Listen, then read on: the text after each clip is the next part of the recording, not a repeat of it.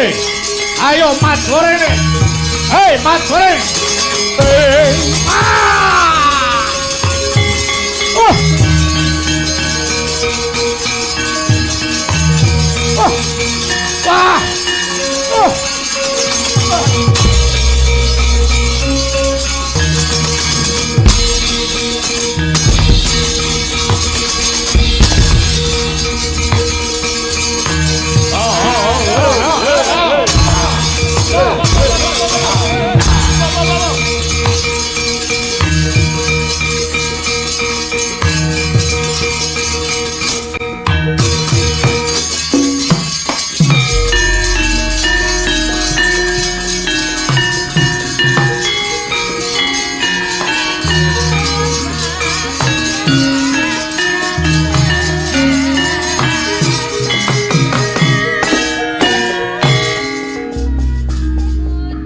Amuk Suramarata Jayamarata he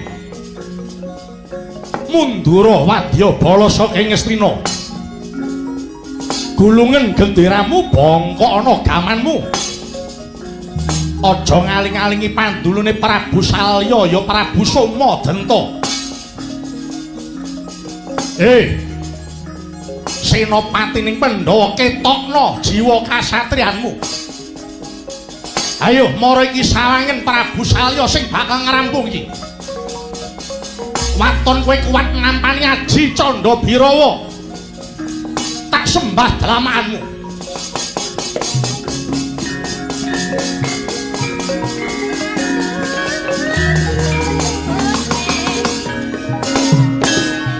Wau to kaya mangkono.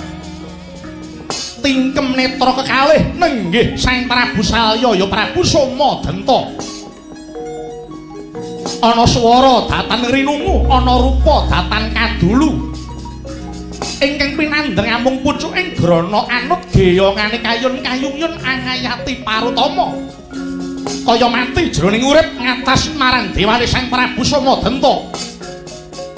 Sigra mata Aji Candha Birawa.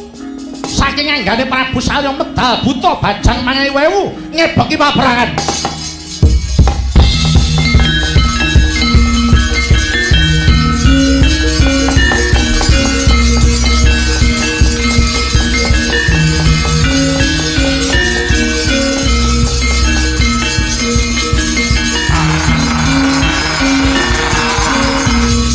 Ayo tong angkat tong Candha Birawa. Ayo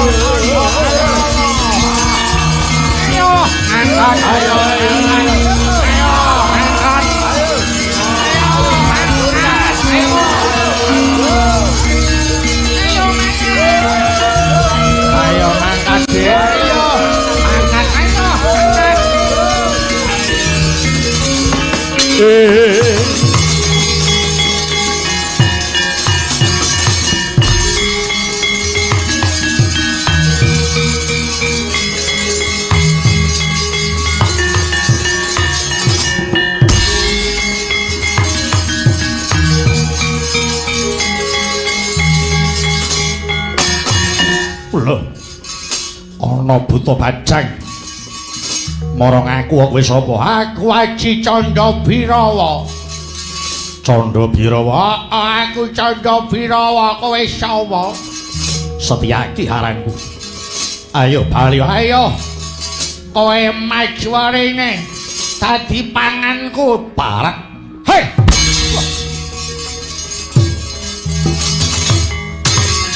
Loh.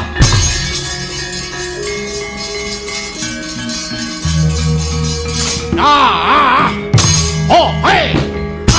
Ti kowe. Oh, hey!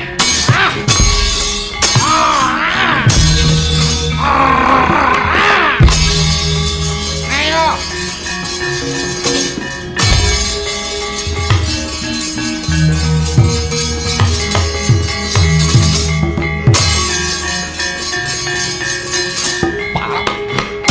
Yo.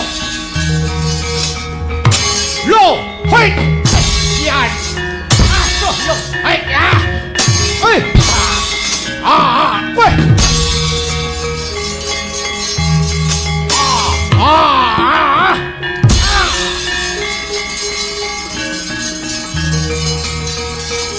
Wah!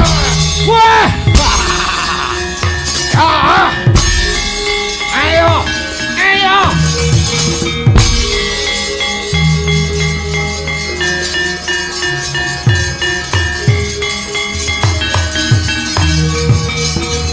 Yo! Ya, ya! Oh, oi! Wah!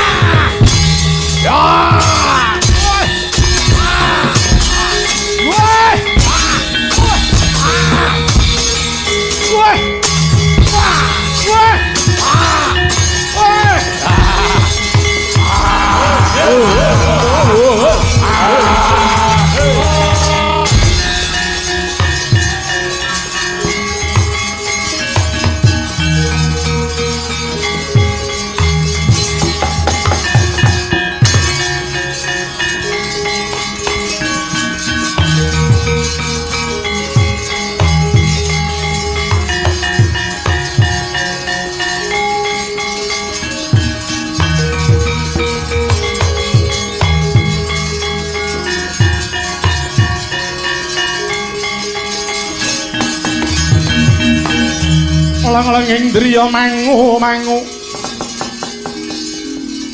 mangun kung kanduhan rimang lirlena tanpa kanin yen tan tulus manggo sang Dyah Utama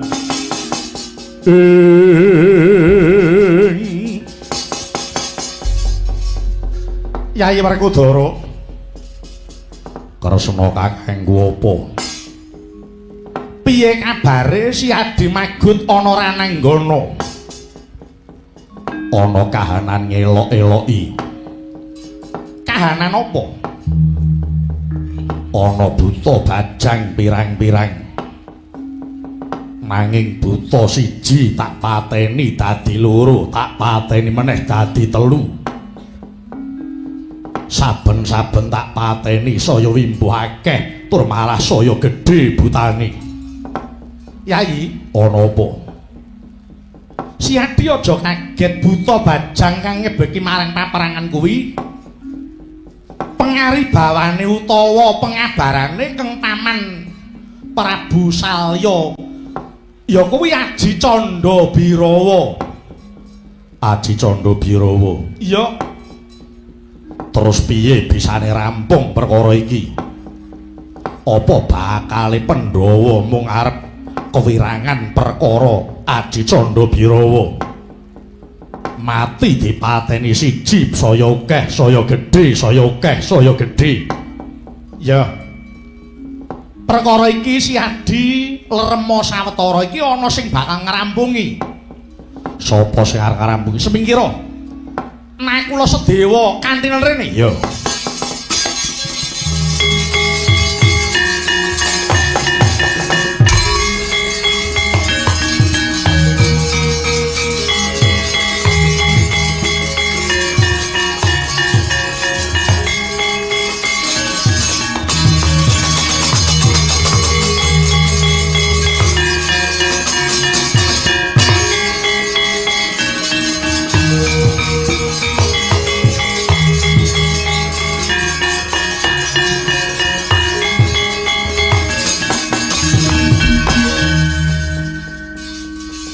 Alon to nek kula sedewa. Nggih.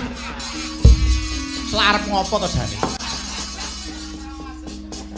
Oh nggih. Yai. Kula wonten dawuh. Dina iki Kengwa Prabu Salya magut ing Rananggana. Sira putrane Sang Dewi Madrim. Dewi Madrim kuwi adine Prabu Salya. Yen ta ora siadi ingkang magut ana Rananggana ora rampung perkara iki. Monggo Prabu, kula menika anggadhahi daya menapa? Sedeng Kakang Mas Werkodara kemawon boten kuwawi ananding Aji Candha Birawa.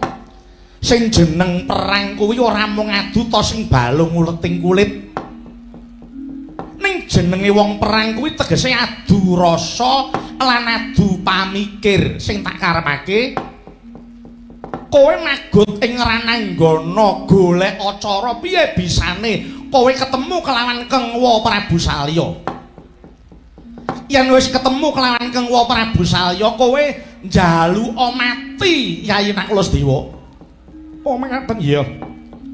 Wis kowe pasrah bongkokan, kowe njaluka mati karo Kengwa Prabu Salya. Lan uga yen kira-kira kowe durung tekan rasamu sambata karo ibumu. Mun nggih, ngestaken dawuh Koko Prabu, ngestaken dawuh Koko Prabu.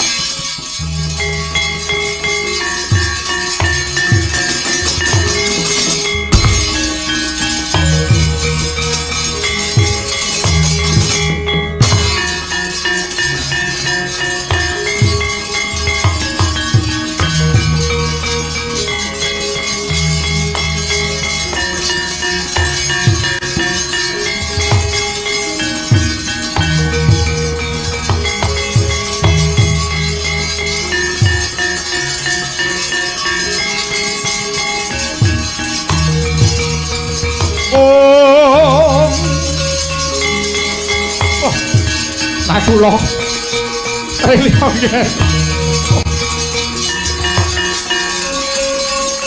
Wah, salah. Wah.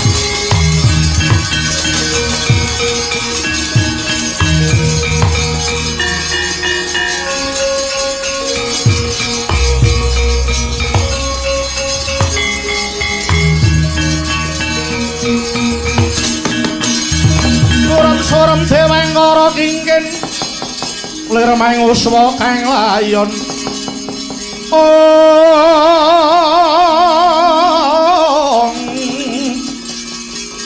Dinya ilang memanise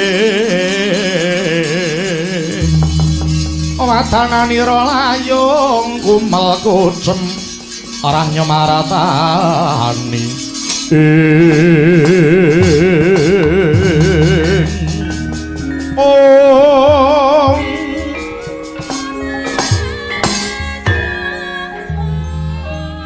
kula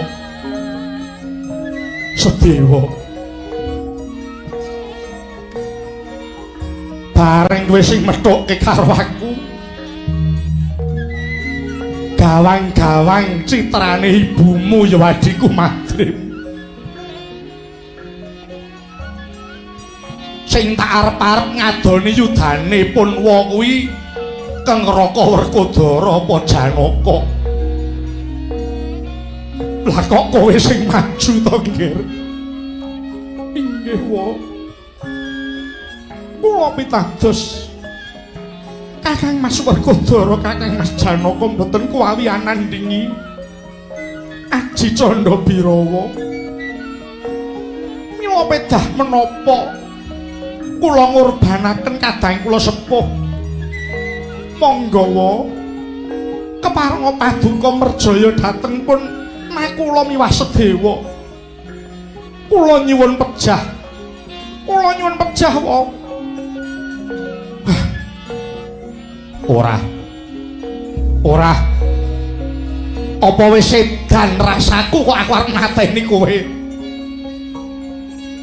Arep iki perang gegempuran jenenge wong perang kuwi yen ora mateni ya dipateni. Ning pengangkahku magut ana Rananggana, aku ki ora arep mateni sapa-sapa, apa meneh kowe. Kowe kuwi anake adikku. Yen nganti aku tega mateni karo kowe apa wis sedan sing macan wae ora nguntal Gogore kowe ora tega lah kok aku. Kowe mesti ana sing merintah. Ya apa ora? Kowe maju ana sing merintah. Mboten wae. Aja goro. Aja ngapusi. Kowe magut ana Rananggana sing ngakon sapa? Sing perintah sapa? Nuwun inggih. Kula ingkang dawuh Kakang Prabu Kresna. Lah, tak tenang kok. Pancen pinter Kresna kae. Nakula Sedewa. Kowe baliya ya, baliya.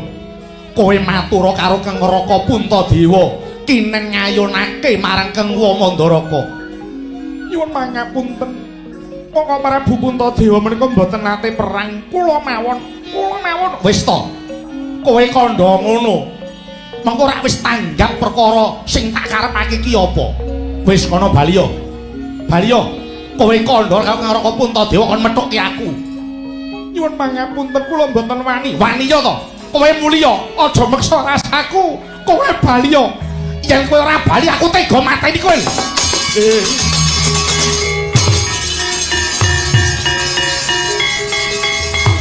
Pak.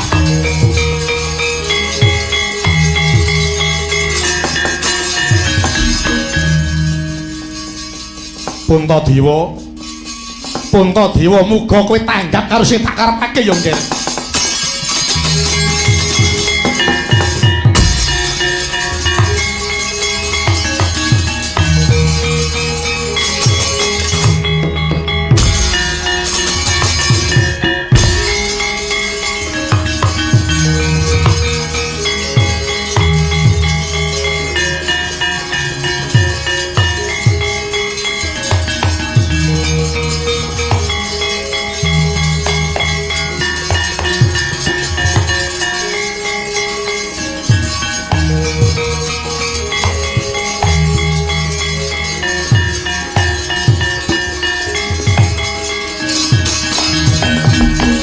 Tatkala narpa Kresna tantula sanyakra ring Rasiwara Jahnawi Suta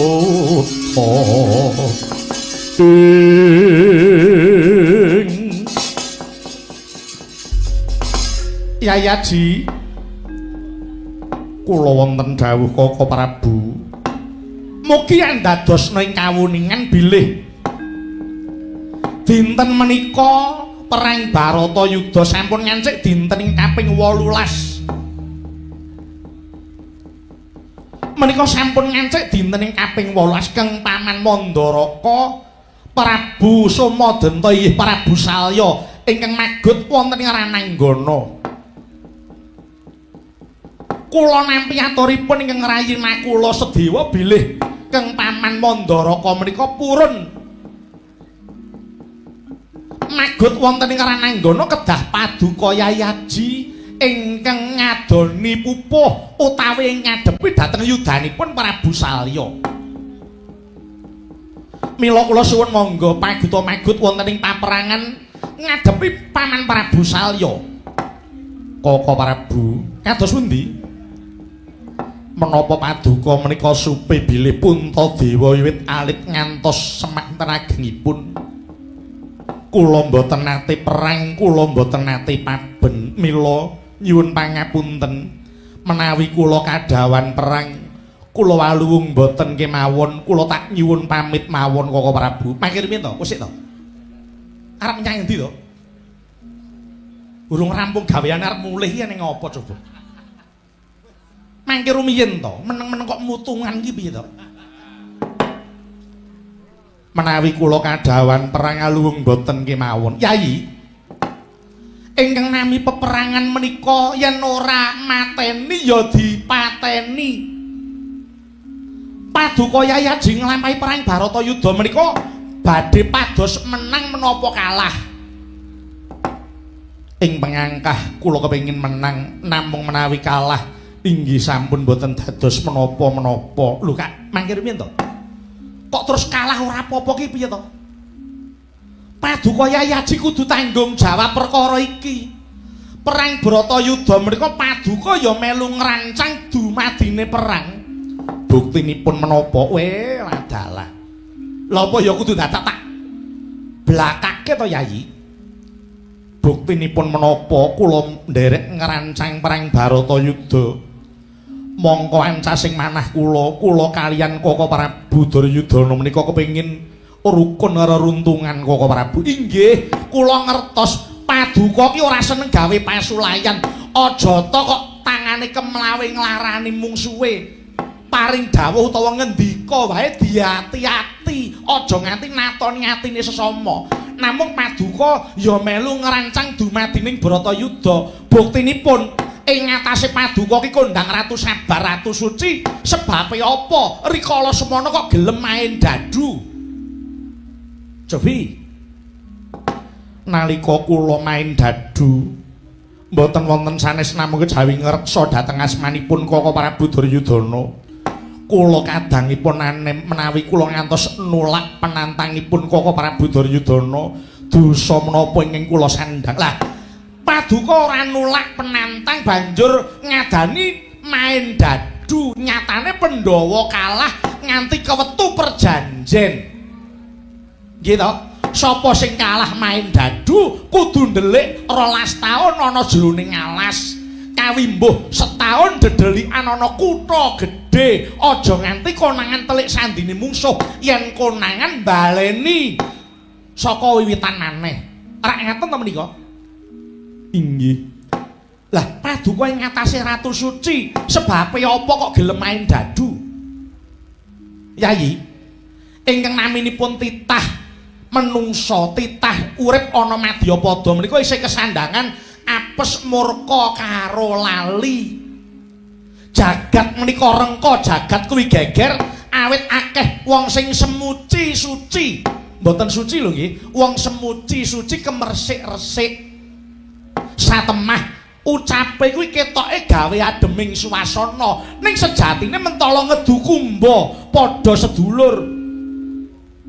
Menapa Paduka remen padha walok galuh Prabu Puntadewa ke Ratu Suci ning mung semuci suci, buktine Ratu Resik ora gelem kelepetan dosa ning gelem main dadu lho.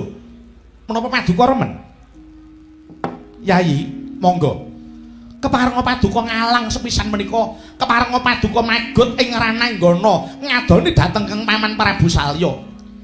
Menawi kula kenging damel pepejah, kula mboten sagah. Paduka mboten damel pepejah, namung nyampurnakaken kemawon yetmanipun Kang Paman Salya. Ingkang sarana kangge mejahi wonten piyambak. Kula sumanggaken Janaka rene yo.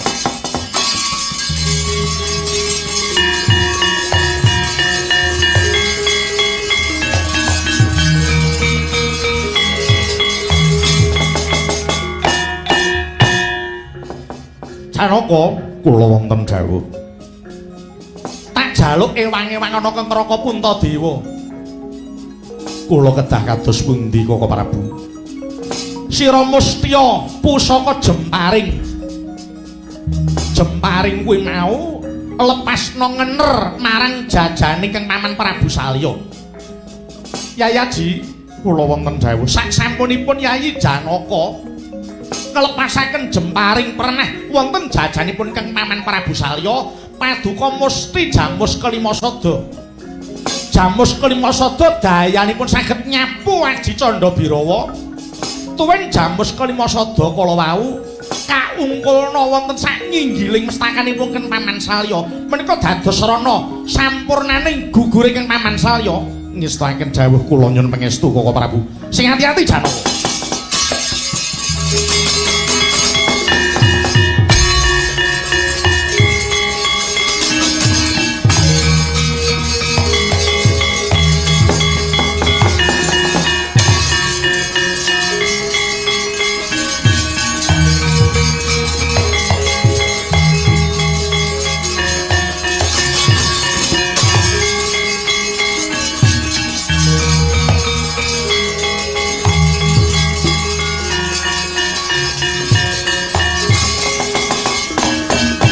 Mentang langkap sinandangan Warastra Dibya nggih Sang Harjuna yori Sang Dananjaya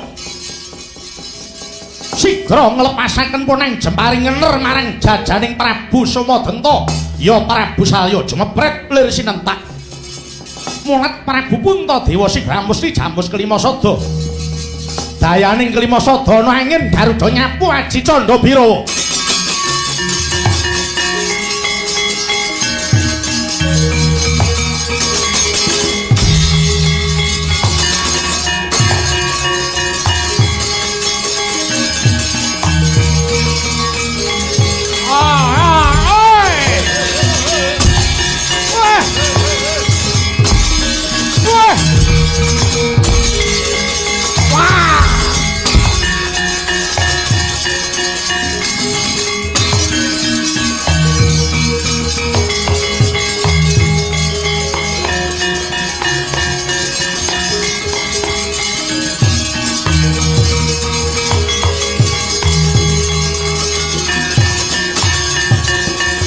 Hei, ayo Mas Goreng nih. Hei, Mas Goreng. Wah.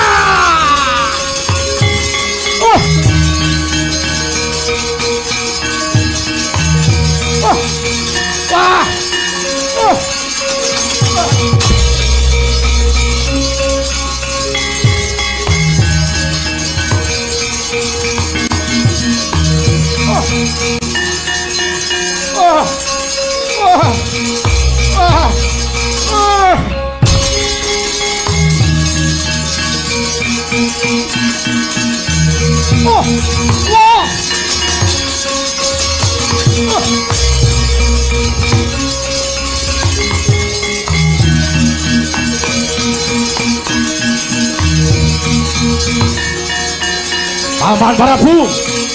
Aman Prabu.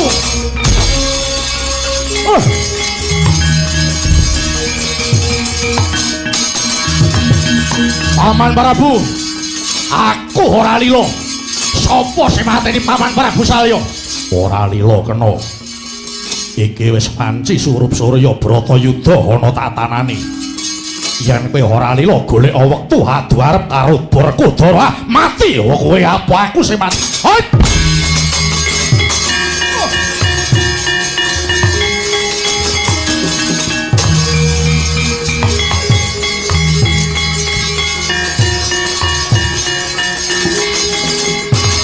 Yo. Hei, ayo gugur, ayo gugur, ayo gugur. Ayo gugur, gugur, ayo gugur. Ayo gugur, gugur.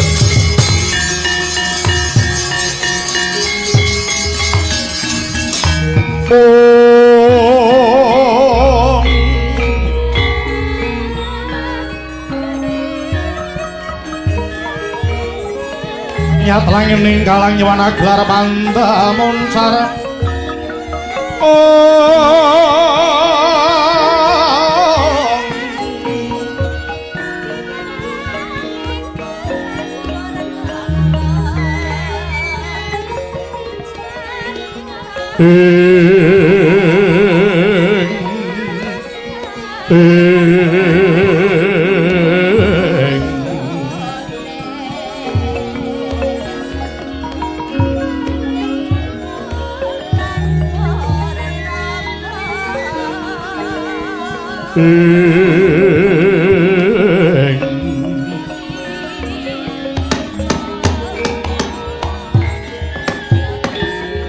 Anenggih Amorwanik ing carita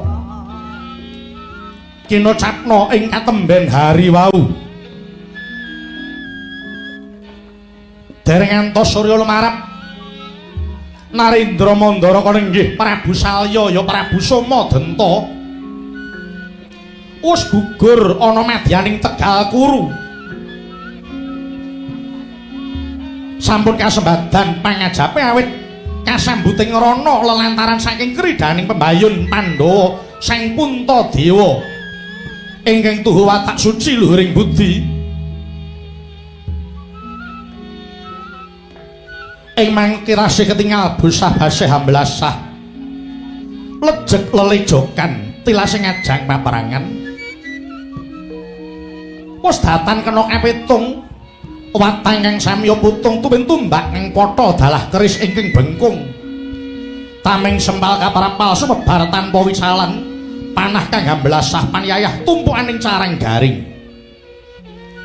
kaing wadyabala kang dadya kuwanda njer babah depani Bantala lebet kapagut ing yuda ana kang suwek dadane awit kababating bedama malah ana kang sempal pundhake kapupuing bindi remuk balunge lebet kaplindes dening rodaning kreta batang gajah bangke kuda yang remukan kreta wersuh kelawan bandera kang wis sebit runtang ranting masih tinabrak ganda sengak kang nampek dada lebet saking kukusing sendha nyang gala-gala ing tasiku mendeng ing madyaning ngantariksa dasar cawuh kaliyan ganda arus saking ludira kang lambah-lambah nelesi bumi wis sampur bledug gembel gegilani swasana kang mangkono wau datan mokal yen to masih rinaos dening penggali ing Narendra Ngastina inggih Prabu Duryudana nalika semana sang Prabu Kurupati ketingal lesu lumkrah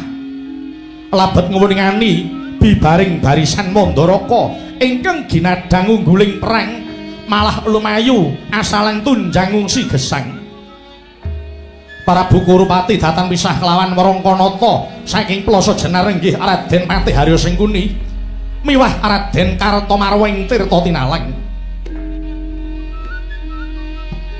nalika semana Prabu Kurupati wis datan kepareng lenggah ing pesanggrahan Bulu Pitu malih kepara mangke ngupadi papan ingkang lindhuk ingkang datan gampil kawuningan mengsah ketingal gresah sang Tri Pamangsah labet nawung Sungkawa sang Jaka Pitana barisan Kurawa sumawana madya suruwan ingkang sekawit cacah 11 haksa ini samangke amung kantun sasra kewala datan padaya karana samya kaperjayaning Kuru Kasitra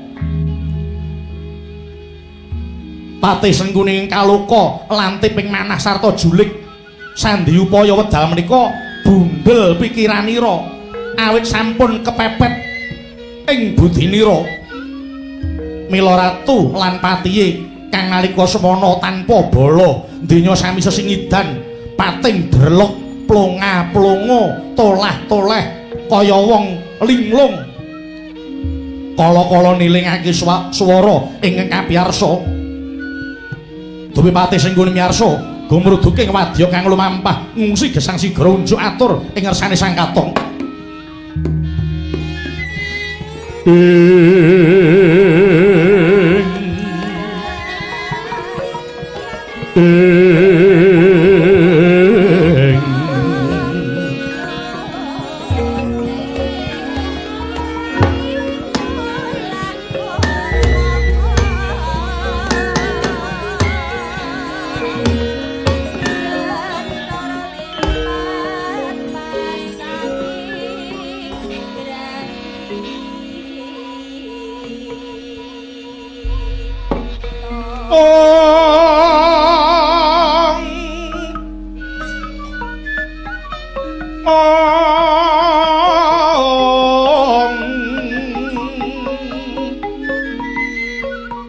surem-surem dewangkara dingkin lir manguswa kang layon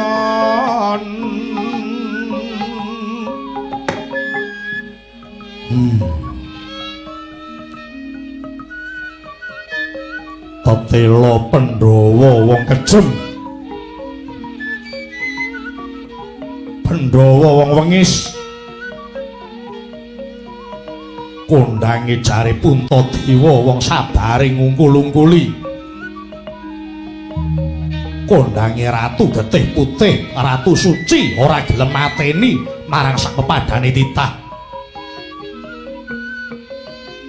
ning nyatane Puntadewa tegel mateni paman Prabu Salyapati dewa ora adil ngemban cindhe ngemban siladan yen Pandhawa dimban cindhe yen Kurawa dimban nganggo siladan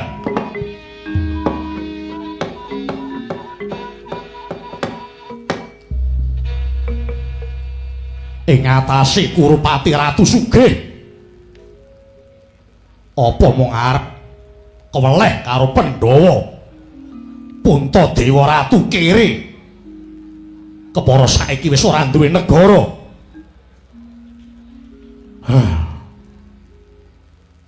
Ngrasake lelakonku kaya mengkene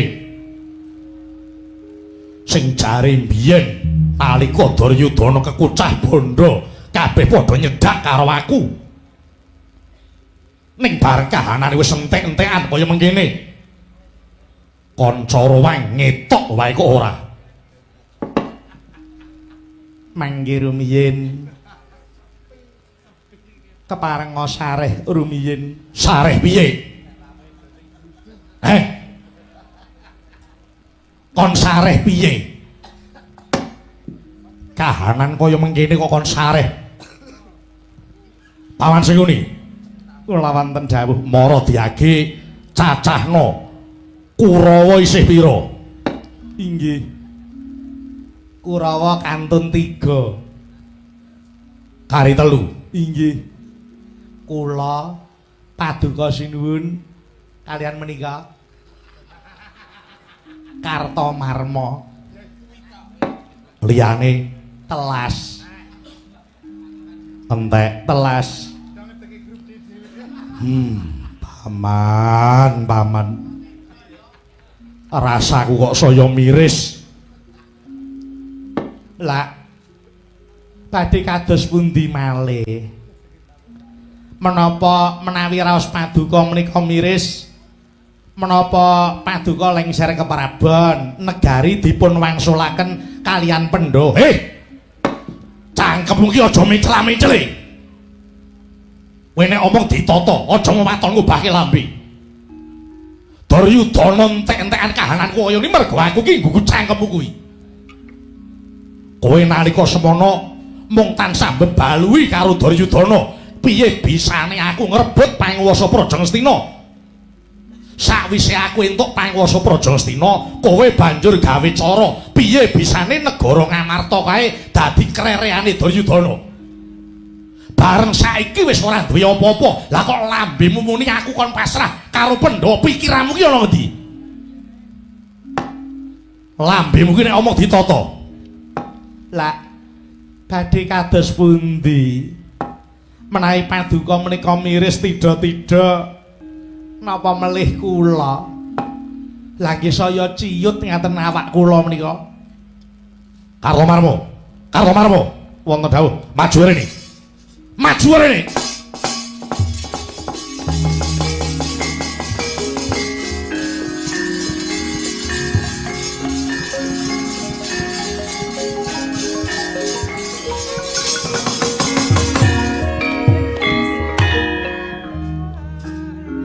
Wiwit Bratayuda sepisanan nganti saiki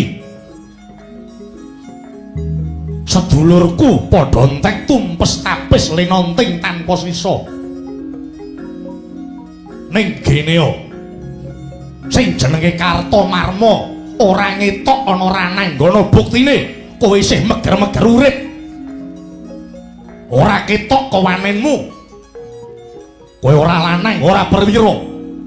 Ing atase dulur-dulurmu padha totoh nyawa mbelani maring Duryudana. Lah kok kowe malah isih deku-deku ana kene. Inggih. Sinuwun. Mila kula ngantos dinten menika tasih sesarangan paduka sinuwun jalaran pinter anggen kula umpetan utawi dedelikan. Lah, apik to kuwi. Ing atase sedulure padha taker marus, lah kok kowe malah ndelik. Ora jumbuh karo kawanenmu. Nyun pangapunten. Mila kula ngantos dedelikan boten wonten sanes namung kejawi kula menika ngreksa dhateng kawibawan paduka. Apa yen ora tok reksa kawibawane Duryudana bakal tetel kawibawanku. Kowe ora sah kok rembug. Dasarmu apa kowe ngreksa marang aku? Dasaripun kula menika tresna kaliyan paduka Sinuwun Duryudana. Kowe tresna. Inggih, kowe tresna ning kowe ora setya karo aku. Kowe tresna ning kowe ora setya karo Duryudana. Buktine Yen kowe pancen tresna lan setya bekti karo Duryudana, kudune kowe magut ana Rananggana, ngetokke kawanenmu, mateni senopatine para Pandhawa. Ayo, ketokno kawanenmu, ketokno kekendelanmu, ketokno jiwa kasatriyanmu. Yen nganti dina sesuk-esuk kowe isih kumliwer ana ngarepe Duryudana, kelak patak cenela ndasmu, minggat kowe.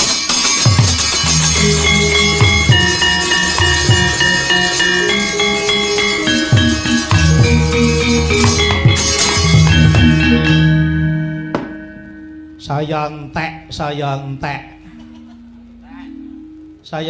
saya tipis. Alah. Kurawa kari telu ya minggat siji. Paduka menika kesangeten anggenipun duka kaliyan Kartomarma. Kowe arep mbelani Kartomarma? Iya.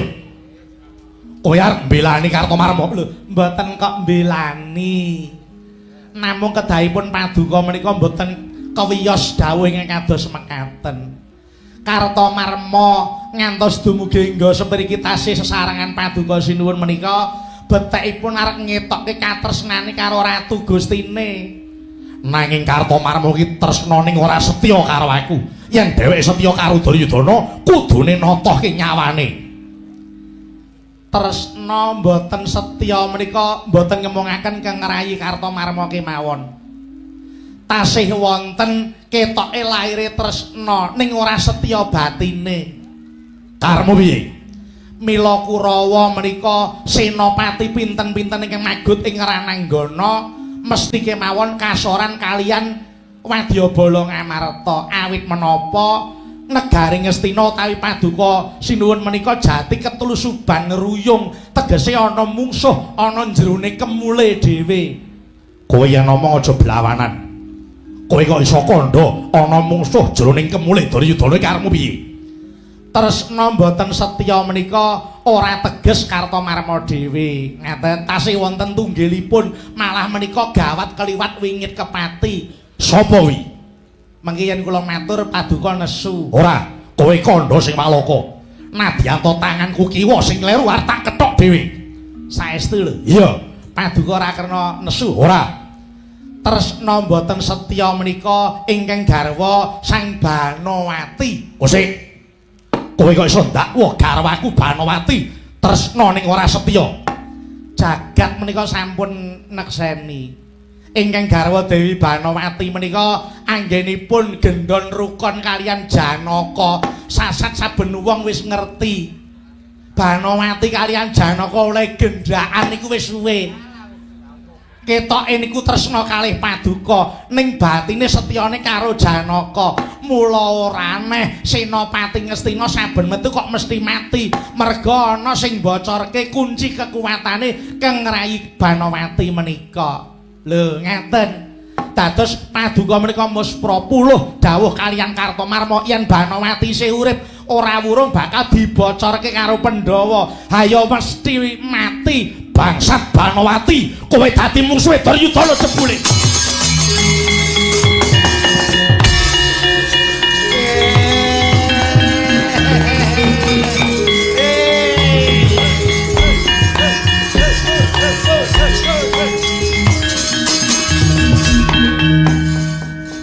Wis men ngrasake wedhus wedok kae. Ayo nek arep ngejak rusak-rusakan tak ora arek nalari Ratu Ngastina. Apa anggepe ngatasé kabeh sedulur-sedulure padha takrem marus direwangi pecahing dada utaing getih Banowati kok mung arep gemblakan karo Janaka. Tujune kok aku isih urip, tujune aku iki dadi seksi. Ayo ing kene marganing patimu wedhus wedok Banowati lambene ngungkuli wisa kae.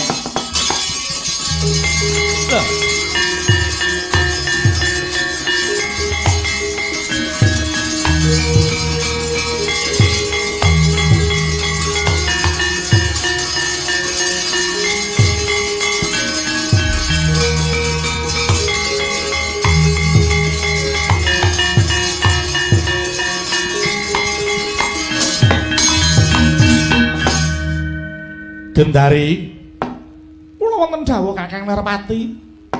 Mandeng dhisik sikilku kok larane kaya ngene nggo mlaku. Jalaran rasaku kok ngidak watu. Iki ana ngendi to iki? Nyuwun mangapunten menika mboten wonten pesanggrahan lho Kakang Narmati. Lho. Wis ora ning pesanggrahan? Inggih mboten wonten. Lah iki ana njaban pesanggrahan apa piye? Inggih. Ya, sakjroning leren sapa sing eneng kene? Kurupati ana apa ora? Mboten wonten ingkang putra Kurupati. Duryudana ora eneng?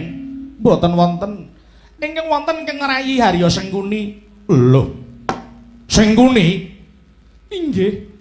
Sengkuni nang kene? Inggih Kakang Narmati. Ngaliyo. Ngaliyo. Wigunjang gancing langit kalap-kalap katon lirik kincanging sang mawet andrum. Sabarang kadulu ukir moyak mayik.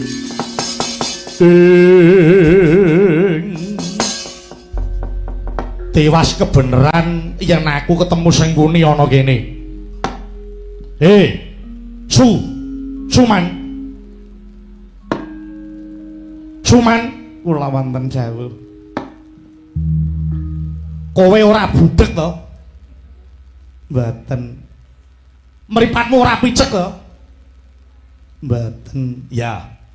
Yen kowe ora budhek, mripatmu ora wuta kaya mripatku, aku tak kandha rungokno gobokmu ya, rungokno gobokmu.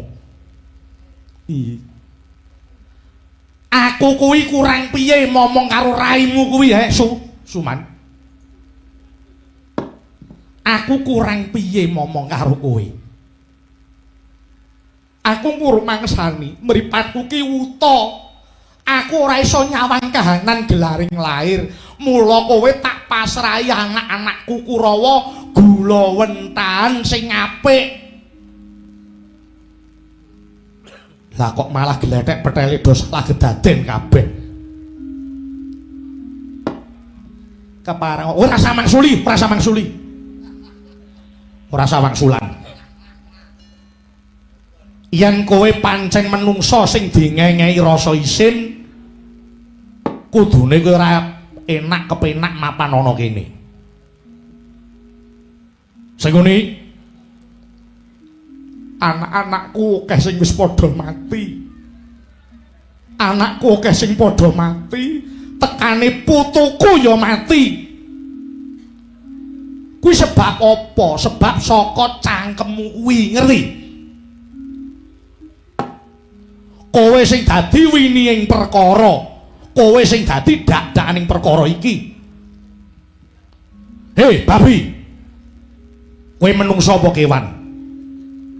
Kowe menungso apa kewan sing jeneng asu kae wae dipakani gelem tunggu omah. Lah kok kowe ngatasi menungso budimu kuwi komplit. Lah kok malah watakmu ngungkuli kirik iki piye? Drestarata sing mripatku wuta wae mapan ana wuta mripat ning batinku ora wuta kaya raimu kuwi. Kowe mentala nabrake Pandhawa karo Kurawa. Pandhawa Kurawa kuwi ora bakal akur yen kowe isih urip ana ngalam padang kene. Aku ya matur nuwun, anak-anakku tok goleke kamukten ya matur nuwun. Ning caramu kuwi sing aku ora cocok, caramu sing aku ora mathuk. Bondo donya ora digawa mati olehmu golek nganti tok rewangi nampel-nampel pangane kancamu, nganti nampel-nampel rejekine kancamu. Apa kaya ngono kuwi? Sengkuni yen kowe isih meger-meger ana kene, titenono. Kowe ora usah mungsuh Pandhawa, kowe mungsuh karo Drestarata wae. Yen nganti kowe ora magut mbelani anak-anakku Kurawa, kelak tak sosok ndasmu sing kowe.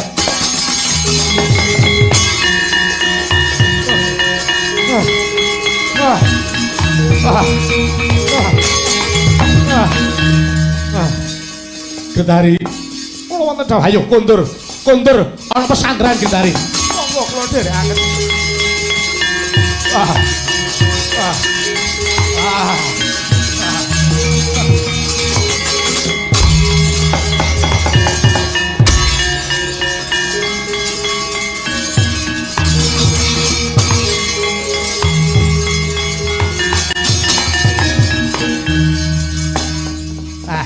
Kae nasib kuwi elek tenan. Pancen kahanan kuwi pancen kudu dikuyo-kuyo ngalor ngidul tenan. Aku ki kurang apa, jane tak rewangi aku tumindak kaya ngene iki jane mikir ponak aku Kurawa kuwi bareng wis padha ngenyami kepenake. Bareng enek sengsarane kok kabeh dibiyukke karo aku kaya aku dhewe sing tumindak. Ya. Sengkune ndak dikira aku iki mung arep ngenyami kepenake mung nglimiske lambe mblendhukke wetengku dhewe. Arep aku kaya ngene aku ya sing duwe kewanen, aku sing arep dadi senopati. Pandhawa magut ing rananggana Pandhawa liya maju kabeh. Sapa sing seni kridane Sengkuni tak kokop getihmu Pandhawa.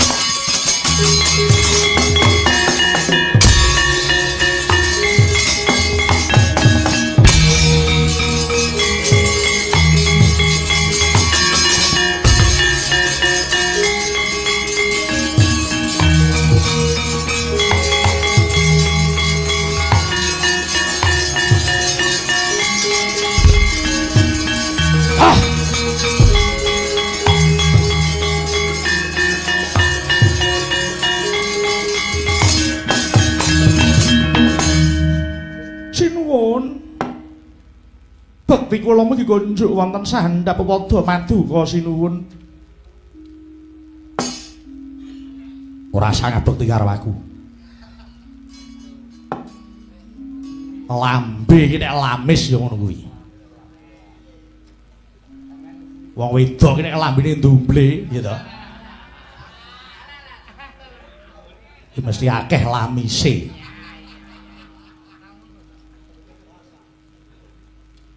Menika wonten menapa to? Ora usah. Ora usah tak takon. Mula wiwit biyen mula kowe mung dandan saben dina ning ayumu ki ora nggo Duryudana tinemuni. Kowe tak ragatana ya tiwas.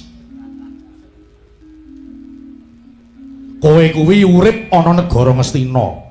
Ning sing urip lairmu wae, batinmu ora ana kene. Apa meneh pengangen-angenmu ora ana gambare Duryudana ki blas ora ana. Kula nyuwun pangapunten kok kula mboten ndungkap menapa ingin dados kersa. Ora mesti ora bakal kowe krasa. Jalaran kowe jane wis ngerti, ning kowe tok-tok ora ngerti.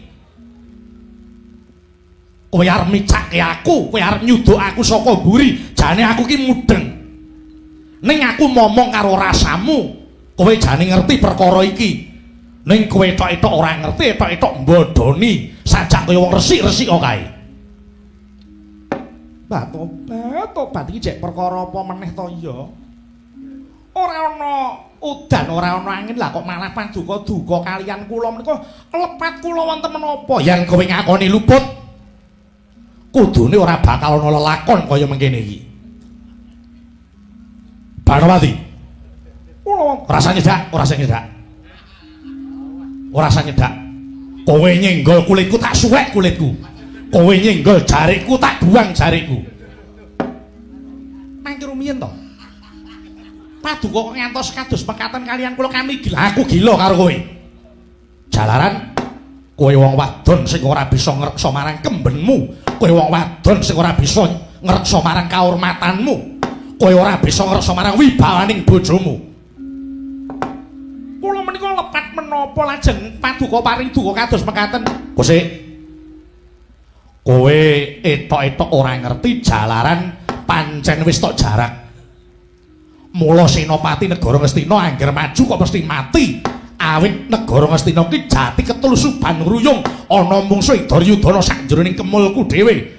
Ora liya mung kejaba kowe Banowati. Mangke rumiyin kula menika lepat menapa? Lepat menapa? Luputmu tok gendong tok indit. Kowe kuwi tresna karo aku ning kowe ora setya karo aku.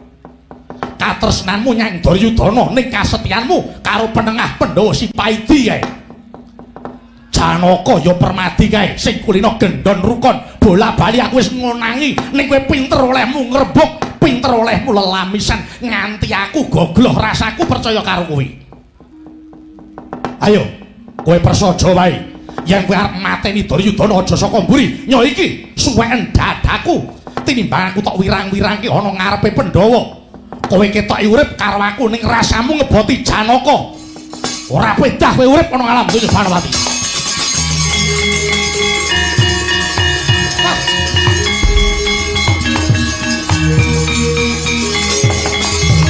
Aja ngutap lirik kinatap Dodo bang mawi ngawangis Metot meton ning lati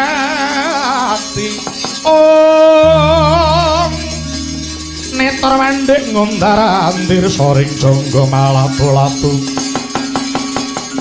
Sinabet marang segedeng bel murup metu dahanani Patobat, patobat padu kok iki gek ngendika apa kaya ngono kuwi coba. Ing atase wis gedhe tuwa wis gerang. Wis anak-anak barang kok ngomong kok ora dipikir. Kula kadakwa gendon rukun kalian Permadi menika nalika menapa? Menawi kula kadakwa dados dadaning kasoring yuda para Kurawa. Kemareng paduka lenggah sekeca Senopati aja ana sing magot ing Rananggana. Banawati dhewe sing magot ana Ranel dadi mati aku dhewe.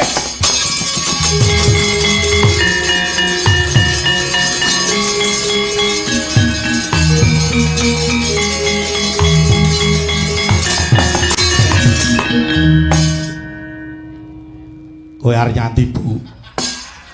Ora usah dadi glondeli. Kula arep magot ana Rananggana arep tak adepi kaya ngapa Pandhawa kampuhe kaya ngapa. Yen Banawati didakwa gendon rukun karo Janaka dadi mati aku dhewe. Sareh.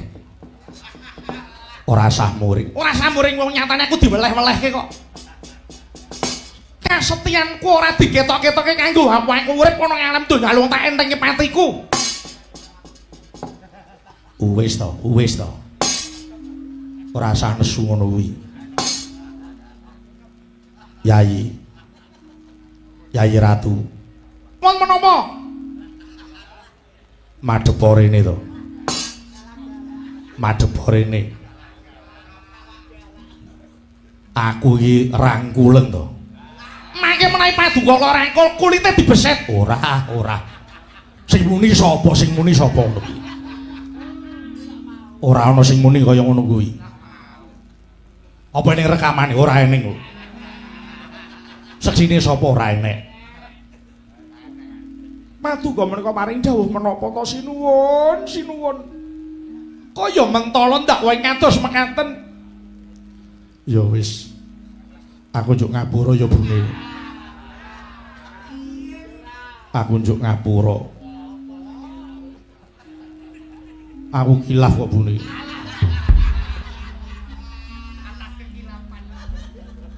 Aja tok pikir kandhaku iki mau rembuke wong kesel njaba jerone ya ngene iki. Nganti lepas kendali kandhaku merga judheg pikirku gagas lakon iki. Nyun mangapunten paduka kok ndakwa kalian kula menika sinten ingkang matur? Ora enek. Mbok inggih prasaja kemawon sinten ingkang ngobong-obongi paduka? Ora enek.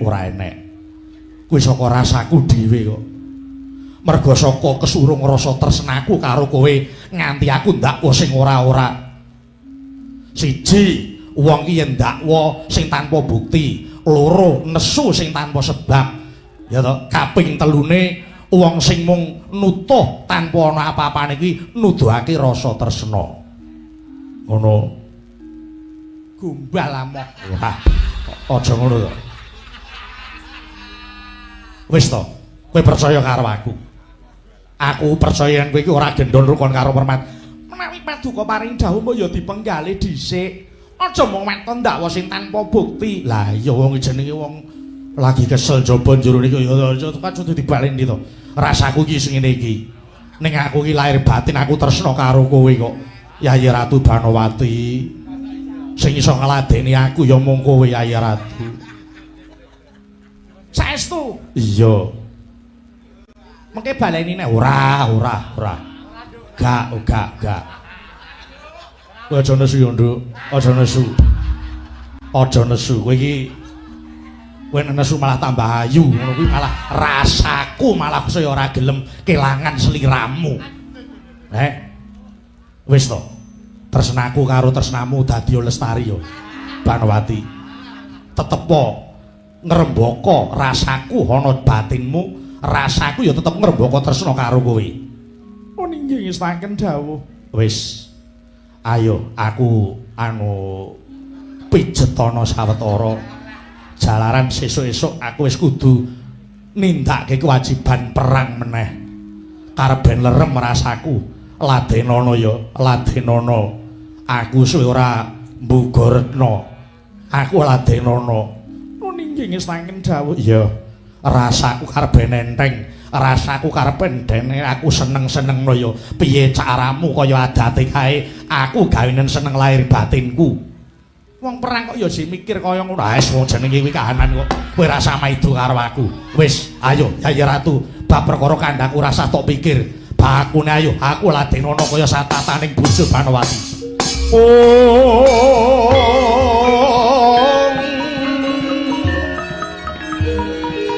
Lang-lang rara sing pamiyat rengganing pura Tulya Sri.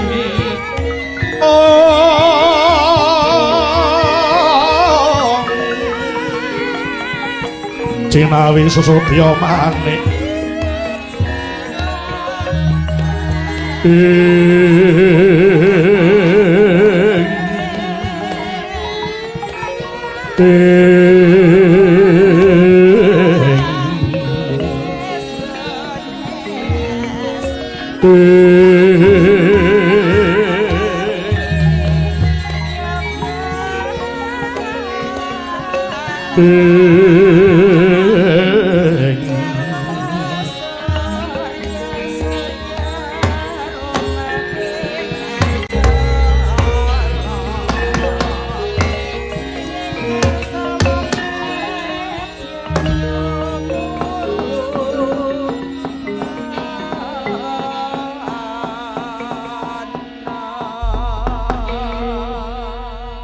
sawetara ngger monggo tak derekke jroning swasana Baratayuda Jaya binangun kaya ngene iki kowe karo aku jejere wong cilik nyuwun ngersani Gusti Kang nyipta jagat muga perang kuwi ndang rampung. Baratayuda kuwi perang suci, sapa sing gawe bakale nganggo, sapa sing nyilih ngulihake. Nggih. Mula sesantine mung Suradira jayani Kang Rat suwuh brasta tekaping ulah Darmastudi. Tumindak ala mesti bakal kalindih marang tumindak becik.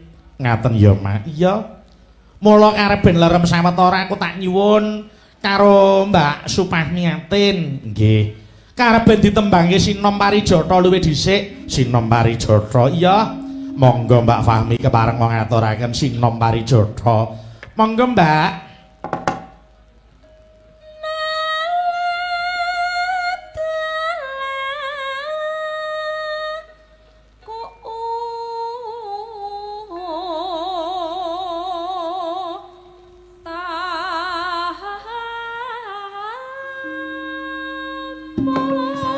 Kakung haji sing putri sregep ngaji manten yang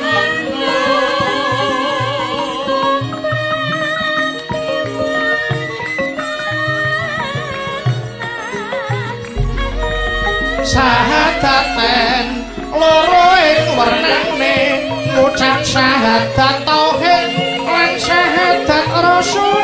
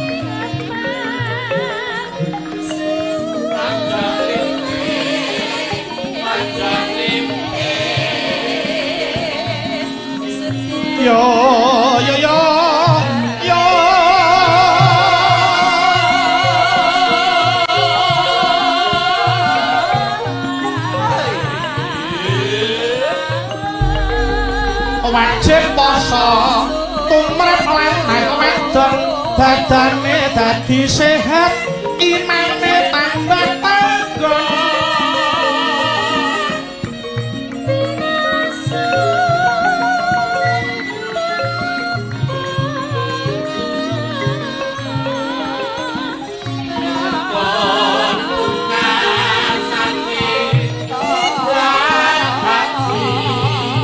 mring mekae lamun wis kuwasa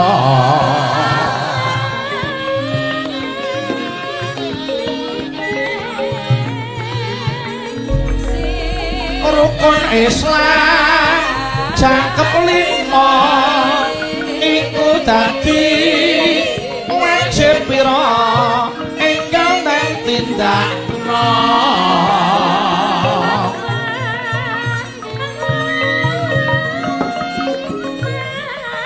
sing guyub-guyub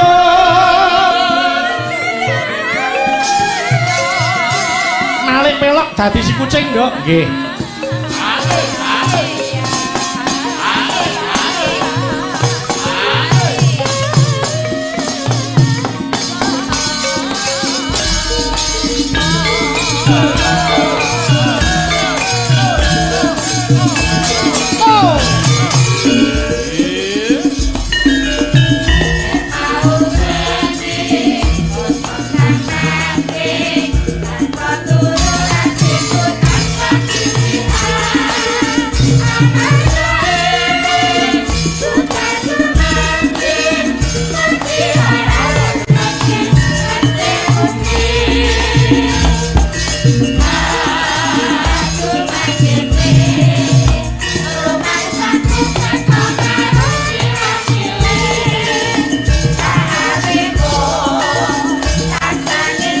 dua kali nggih yo